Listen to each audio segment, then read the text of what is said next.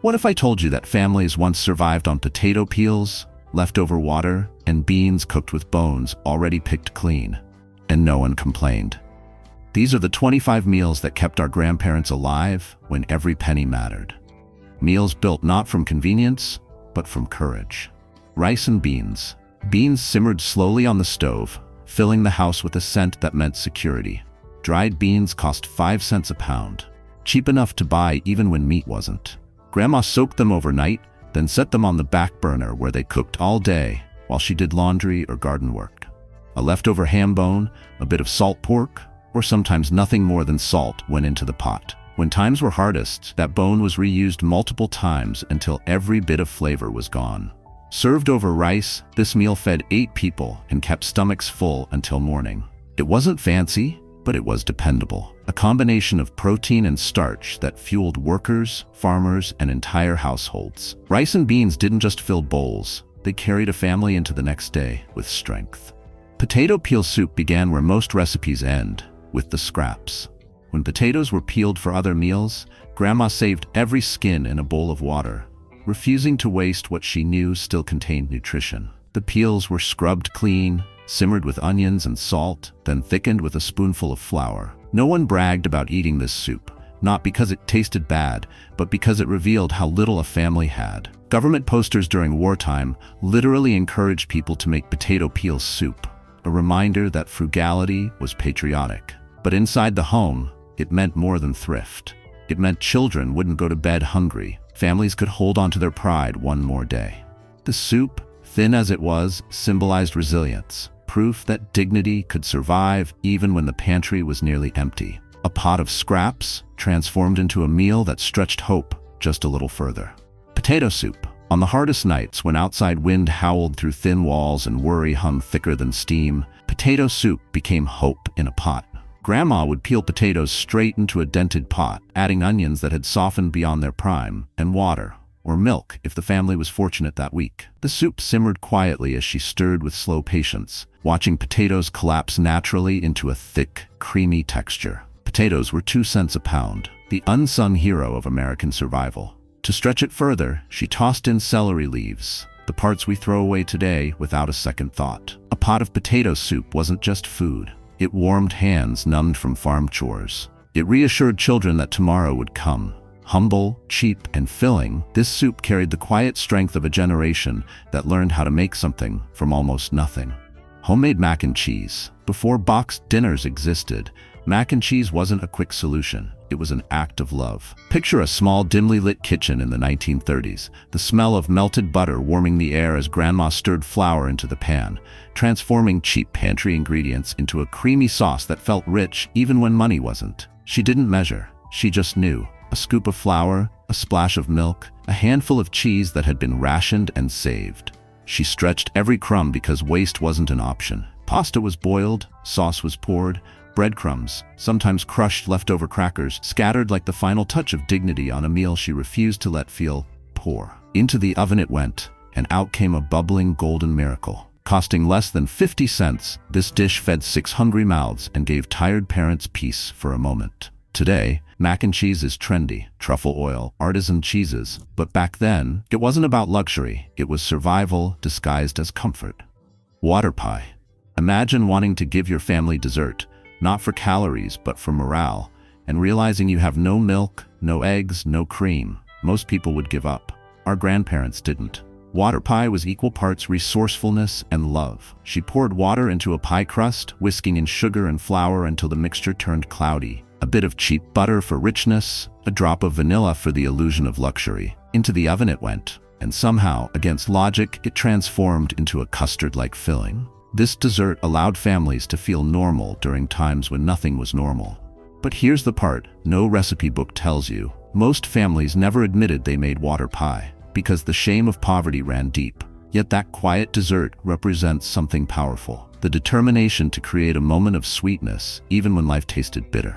Biscuits and gravy. Some mornings started with nothing but flour, water, and determination. Yet somehow, Breakfast still felt like a blessing. Grandma saved every drop of bacon fat, what modern kitchens discard without a thought. That fat became liquid gold, whisked with flour to form a roux, then stretched with water or milk into a silky gravy. Black pepper was sprinkled generously, not for flavor alone, but to give the illusion of meat when there wasn't any left. The biscuits were simple: flour, lard, and the hope they would rise high enough to look plentiful. There were no store-bought canned biscuits, no pre-made dough, just strong hands, a rolling pin, and prayer. On the plate, the meal looked humble, but to families scraping by, it meant warmth, fullness, and one more morning conquered. Even today, roadside diners serve biscuits and gravy as a tribute to the ingenuity that once kept America fed. Lentil soup. Before lentils appeared in health magazines and trendy cafes, they were a quiet lifeline. Lentils didn't need soaking, saving precious fuel and time. Grandma tossed them into a pot with onions, carrots, and sometimes nothing more than salt. Lentils cost 4 cents a pound, yet delivered more protein than pricier meats. As the pot simmered, the earthy aroma filled the house, signaling that even if money was short, nourishment was not. A pound of lentils could feed a family for 2 days, and leftovers only deepened the flavor. Each spoonful was humble but powerful, affordable sustenance that kept tired workers going. Today, lentil soup is called clean eating. Back then, it was called eating. It was survival disguised as simplicity.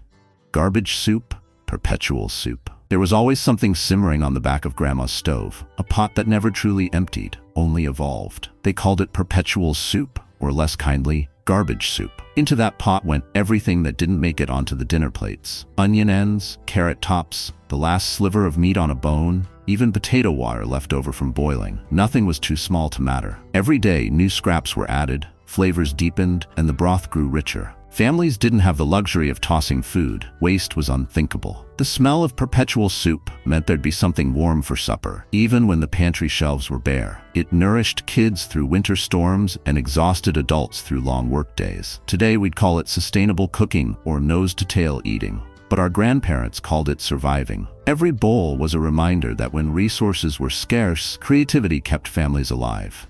Braised cabbage and sausage. Cabbage was the workhorse of the poor man's kitchen. Cheap, hearty, lasting through long winters. One cabbage, just 3 cents, could stretch a small amount of sausage into multiple meals. Grandma sliced the cabbage into thick ribbons and simmered it slowly with whatever sausage she could afford, letting the fat melt into every leaf. The flavor built over hours, turning simplicity into something surprisingly rich. The smell filled the entire house, signaling a rare treat: protein. In immigrant households, this dish carried the flavors of the old world, mixed with the realities of American poverty. By the second or third day, the leftovers tasted even better, and no one complained. Braised cabbage and sausage was proof that you could create abundance without excess. A single pot fed a family and stretched hope, bite by bite.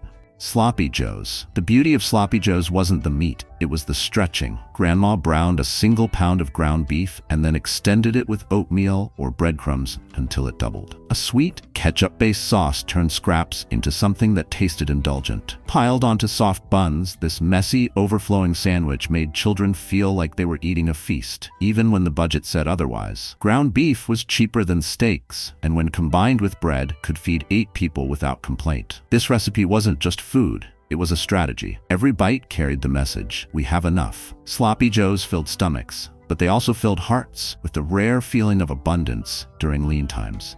Cornbread and pinto beans. This meal wasn't just dinner, it was tradition. In the South and Southwest, pots of pinto beans simmered slowly throughout the day. Salt pork or ham hocks, if the family was lucky, flavored the pot. If not, simple salt and thyme had to do. To go with it, Grandma baked cornbread from cornmeal. Cheaper and more accessible than wheat flour. The magic happened when the two met. Cornbread soaked up the bean broth, known as pot liquor, packed with nutrients and flavor. Nothing was ever wasted. Leftover cornbread became fried patties for breakfast the next day. This dish was filling, cheap, and complete. Protein from the beans, carbs from the cornbread, and a sense of pride from the cook who made something comforting out of so little. It wasn't fancy, but it filled bellies and strengthened spirits. Hot dogs and macaroni salad. On hot days, when cooking meant turning the whole house into an oven, simplicity ruled. Hot dogs, called the people's meat, cost 10 cents a pound and could be boiled or pan-fried in minutes. Macaroni salad was even cheaper. Cooked pasta mixed with homemade mayonnaise, chopped pickles, and a little seasoning. Served cold, it was refreshing and practical. Families loved this meal because it required almost no fuel to prepare, saving precious wood, gas, or electricity. And if macaroni salad sat overnight in the icebox, its flavor only improved, a gift that stretched into the next day. This wasn't a meal meant to impress. It was a meal that gave tired families relief, both financially and physically. A humble summer feast that tasted like a break from struggle. Egg salad sandwiches. When meat became a luxury rather than a given, eggs stepped in as the hero of survival. Eggs were cheap, 15 cents a dozen, and they didn't require refrigeration the way meat did. Grandma boiled them until the kitchen smelled faintly of sulfur, then mashed them with homemade mayonnaise because buying a jar was an unnecessary expense. She added chopped pickles or mustard to stretch the flavor further, turning simple eggs into something bright and tangy. Spread thickly between slices of bread, egg salad sandwiches became an equalizer. Workers carried them to job sites, school children tucked them into tin lunch pails, and families packed them on long wagon rides. They traveled well, filled stomachs quickly, and reminded families that even during rationing and wartime, something comforting and familiar could still be enjoyed. Every bite carried quiet relief, proof that resourcefulness could replace scarcity. Tuna casserole. Canned tuna changed everything. It didn't spoil, didn't require refrigeration, and cost next to nothing. Grandma mixed it with cooked egg noodles and a can of cream of mushroom soup, the original one-pan dinner. She topped it with crushed crackers or breadcrumbs to add texture and stretch the meal even further. Tuna casserole felt like a warm hug in a baking dish. It was cheap enough to serve during the hardest times, yet hearty enough to feel generous. This dish spread across America through church cookbooks and neighborhood potlucks, passed from kitchen to kitchen like a secret code. Here's how you feed a family with almost nothing. Its aroma still evokes memories of steamy windows, worn kitchen tables, and the quiet pride of making do. Leftover fried rice. Before meal prepping became a trend, leftover fried rice was the ultimate zero-waste solution. Grandma spread leftover rice onto a plate so it could dry out overnight, a step born from necessity, not culinary instruction. The next day, she tossed it into a hot pan with whatever scraps needed to disappear: wilted vegetables, slivers of leftover meat, or a beaten egg to hold it all together. Instead of soy sauce, she often used Worcestershire or whatever seasoning was available. Every spoonful was different, because every day's leftovers were different. It cost the family nothing, not a penny, and yet it tasted like a brand new meal. This dish teaches a lesson the world seems to have forgotten. Food doesn't have to be perfect to be valuable. Sometimes, the best meals start in the scrap bowl. Grilled cheese and tomato soup. The Great Depression produced comfort food long before restaurants made it fashionable. Grilled cheese and tomato soup wasn't just a meal, it was reassurance. Bread was spread with mayonnaise instead of butter, because mayo was cheaper and lasted longer. Grandma grilled it on a sizzling cast-iron pan until the crust turned golden and the cheese inside melted into a warm, savory blanket. Tomato soup, usually Campbell's, cost 10 cents a can and could be diluted to feed more mouths. The bright acidity of the soup balanced the richness of the sandwich, creating a meal that felt complete without costing more than a few pennies. On days when life felt uncertain, this combination reminded families that warmth and comfort were still within reach. Simple, humble, timeless. Proof that the best meals rely on heart, not money. Beef stew. Beef stew didn't begin with prime cuts. It began with the scraps no one else wanted. The butcher's leftovers, the pieces full of tendon and gristle, were all the family could afford. Grandma seared them quickly to lock in flavor, then added potatoes, onions, and carrots, vegetables that grew cheaply and stored well. The pot simmered for hours, sometimes all day, until the tough meat surrendered and fell apart into tender chunks. The aroma drifted through the house, announcing comfort long before dinner was served. The stew was ladled into bowls and eaten with rustic bread, and leftovers lasted for days. This dish wasn't about indulgence, it was about patience, taking what life gave you and slowly, steadily turning it into something better. Baked potatoes. To us, a baked potato is a side dish. To our grandparents, it was a full meal, a meal that filled stomachs and bought another day of hope. Large potatoes were scrubbed clean, then tucked directly into the hot coals of the wood stove. No foil, no timer, no exact method, just instinct earned from years of making something out of nothing. The skin crisped, the inside steamed, and the smoky scent wrapped through the house. When it was ready, Grandma split the potato open with her calloused hands and fluffed the soft center with a fork. Toppings were whatever existed: leftover chili, a sprinkle of salt, or a scrap of bacon saved from breakfast. A single potato cost only a few cents, yet gave the gift of fullness. Sitting at that table, potato in hand, no one talked about what they didn't have. They were too busy being grateful for what they did. Stuffed bell peppers. When meat was scarce, stuffed peppers became a clever illusion, a dish that looked abundant even when resources were stretched. Grandma hollowed out bell peppers from the family garden, then filled them with rice mixed with a tiny bit of ground beef or pork. Breadcrumbs soaked in water or milk made the filling appear fuller. The peppers baked slowly in tomato sauce, absorbing the flavors and softening into small edible bowls of comfort. Each pepper was a complete meal, vegetables, protein, and starch, all packed into one colorful package. Kids didn't realize the meat was minimal. All they saw was a dish that felt special. In a world where families often had to hide their poverty, stuffed peppers allowed mothers to serve dinner proudly, as though hard times weren't knocking at the door.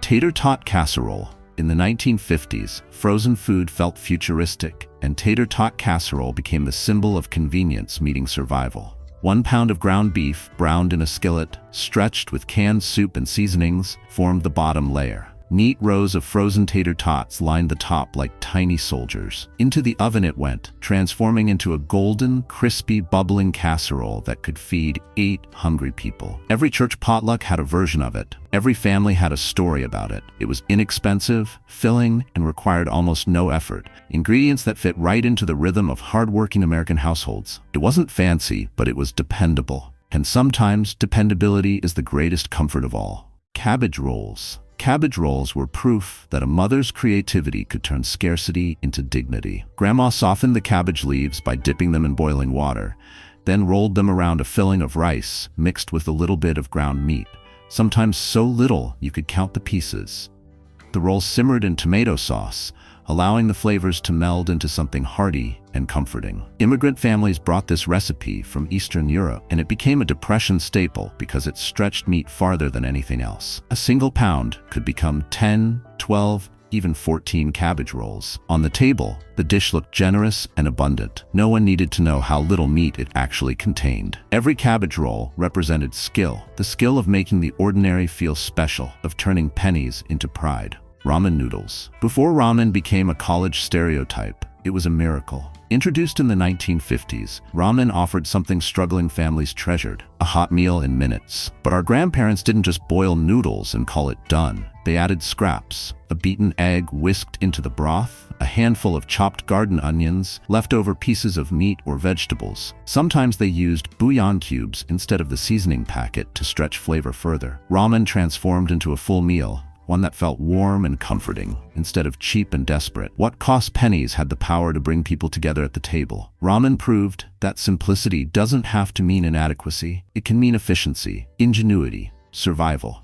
Fried Spam. Spam wasn't a joke, it was a lifeline. During wartime and throughout the Depression, refrigeration wasn't guaranteed. Meat spoiled fast. Spam didn't. 1 can, just 25 cents, could become multiple meals. Grandma sliced the pink block into neat rectangles and dropped them onto a hot skillet. The edges sizzled, crisped, and caramelized into a salty, savory crust. Served with eggs at breakfast or between slices of bread for lunch, Spam offered something rare: protein without fear of waste. Soldiers ate it on ships. Factory workers packed it in lunch pails. Families relied on it when supply chains faltered during the war. People laugh at Spam today, but back then, that blue can represented security. Proof that even in uncertain times, there would be something to eat.